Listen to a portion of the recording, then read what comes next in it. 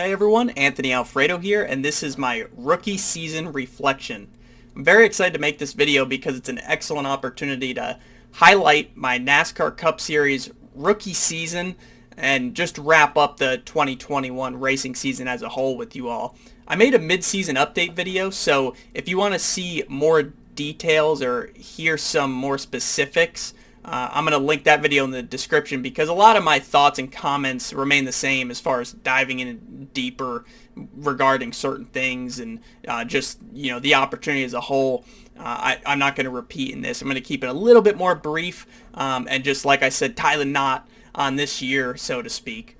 It's been an incredible opportunity, obviously, competing and completing my first year in the NASCAR Cup Series. It's one step closer towards my ultimate goal, becoming a future Cup Series champion. And it was a tall order coming off a partial season in the NASCAR Xfinity Series and a partial season in NASCAR Camping World Truck Series season before that.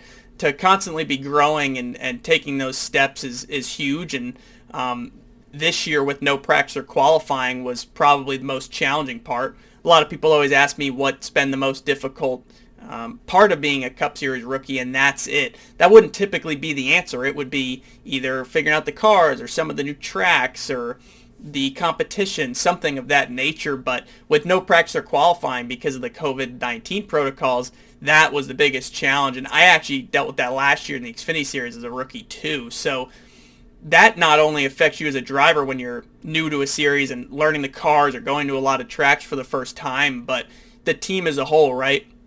You rely heavily on practice to make adjustments, dial in the car for the race, and maybe even try some things. But you can only make such minor adjustments on a pit stop. So if you don't unload close enough when you take the car out of the hauler at the racetrack on race day, it's going to be a long day. It's going to be pretty hard to get it dialed in. And obviously at NASCAR's highest level and the premier series of stock car racing, you can't miss it by too much, otherwise it could be detrimental. And everyone's so close in the field with the package we run and the competition in itself. It's really exciting and really fun. If it wasn't hard, it wouldn't be as fun, right? And that's where getting the car dialed in, from the get-go is important, but also for a driver trying to learn when your first laps on track or the drop of the green flag and you're trying to figure out a new car and that track as well. Those two things are pretty hard to adapt to, but I think being able to evolve and kind of fly by the seat of your pants and figure it out as you go and get it figured out quickly is critical, which is why the simulation has become more instrumental than ever before. Spent decent amount of time with Ford Performance on the manufacturer sim, which was very helpful, and a lot of time in the comfort of my own home, my SimSeats driving simulator on iRacing. I've always been on there since I come from a sim racing background, and it's definitely played a pivotal role in my career, but it's been more important than ever before this year because of no practice and qualifying. You're relying on that to get a good visual or maybe just, prepare for certain racing situations and just hone your racecraft overall, hone those skills. So that was an important key component of this season.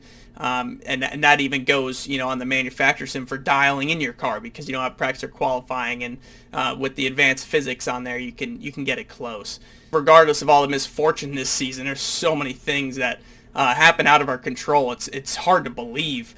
Honestly, but I think, aside from those things, we're maximizing each race to the best of our ability, which is obviously the most important thing and all you really can do. It's kind of the only thing in your control. So you can at least sleep better at night despite the outcome or the results, knowing you did all you could in your control, and that's the most important thing. In addition to that, I think we started bringing much faster cars to the track coming in the year, and I had learned a lot. So those two things went hand in hand, and we saw that in our speed, our potential, and a lot of our performances. We just had better results, and some of them were still, crippled by misfortune. That's part of it. That's racing, and if anything, all the adversity we faced this year made us stronger, better. Definitely, I believe it made me a better driver, and I also think it made me a better person, just learning how to keep a level head no matter the situation, not let your highs be too high and your lows be too low. Just constantly always try to improve no matter what, and like I said, learn to deal with those things. Sometimes you don't know why things are going on, but I always try to remind myself God has a plan. You just got to keep the faith and trust the process, because everywhere you're going in life, He's already been. So you can't be too concerned about the unknown, because there's a bigger picture, and that's what I've always focused on, especially this year. That's been really important for me to get better and obviously become more faithful in that sense as well. But this year was a great opportunity. Learned a lot. I'm really excited about what's next now. I'm thankful for everyone who supports me, all of you in the Sauce Mafia, all our partners, everybody who's been behind me. There's a lot to be excited about. I hope everyone's pumped. I'm expecting to have some news for you all soon.